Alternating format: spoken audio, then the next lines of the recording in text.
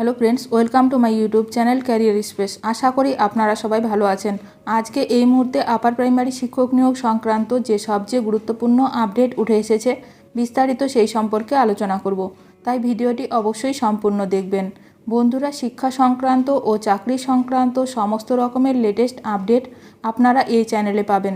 তাই চ্যানেলটি এখনই সাবস্ক্রাইব করে রাখবেন এবং পাশে থাকা বেল আইকনটিকে অবশ্যই প্রেস করে রাখবেন পরবর্তী সমস্ত রকম লেটেস্ট আপডেটগুলো সবার আগে পাওয়ার জন্য। কলকাতা হাইকোর্টে আজ উচ্চ প্রাথমিকের শিক্ষক নিয়োগ মামলার শুনানি। জেনে নিন বিস্তারিত। দীর্ঘ অপেক্ষার পর আজ ফের কলকাতা হাইকোর্টে উচ্চ প্রাথমিকের শিক্ষক নিয়োগ মামলার শুনানি রয়েছে। আজ দুপুর 2টোর সময় আপার প্রাইমারি মামলার শুনানির জন্য তালিকাভুক্ত হয়েছে। বেশ কয়েক হাজার চাকরিপ্রার্থী আদালতের দিকে তাকিয়ে আছেন। আজ শুক্রবার 11 নম্বর কোর্টে বিচারপতি তপব্রত চক্রবর্তীর ডিভিশন বেঞ্চে 2টোর সময় ফিক্সড ম্যাটার হিসাবে মামলা রয়েছে।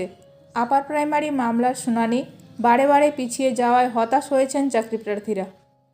দীর্ঘ 10 বছরের নিয়োগ যন্ত্রণার অবসান কবে হবে প্রশ্ন তুলছেন চাকরিপ্রার্থীরা। সরকারের সদিচ্ছার অভাবে থমকে রয়েছে নিয়োগ প্রক্রিয়া। ক্ষোভ প্রকাশ চাকরিপ্রার্থীদের। নিজেদের প্রাপ্য আদায় করতে রাজপথে বারে বারে আন্দোলন করেছেন চাকরিপ্রার্থীরা।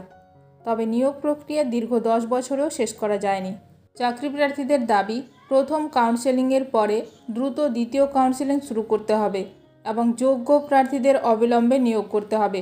উচ্চ প্রাথমিকের প্রায় 9,000 প্রার্থীর স্কুল বাছাই অর্থাৎ কাউন্সেলিং প্রক্রিয়া হয়ে গেছে, যদিও দ্বিতীয় দফার প্রায় 2,000 প্রার্থীর কাউন্সেলিং প্রক্রিয়া বাকি আছে।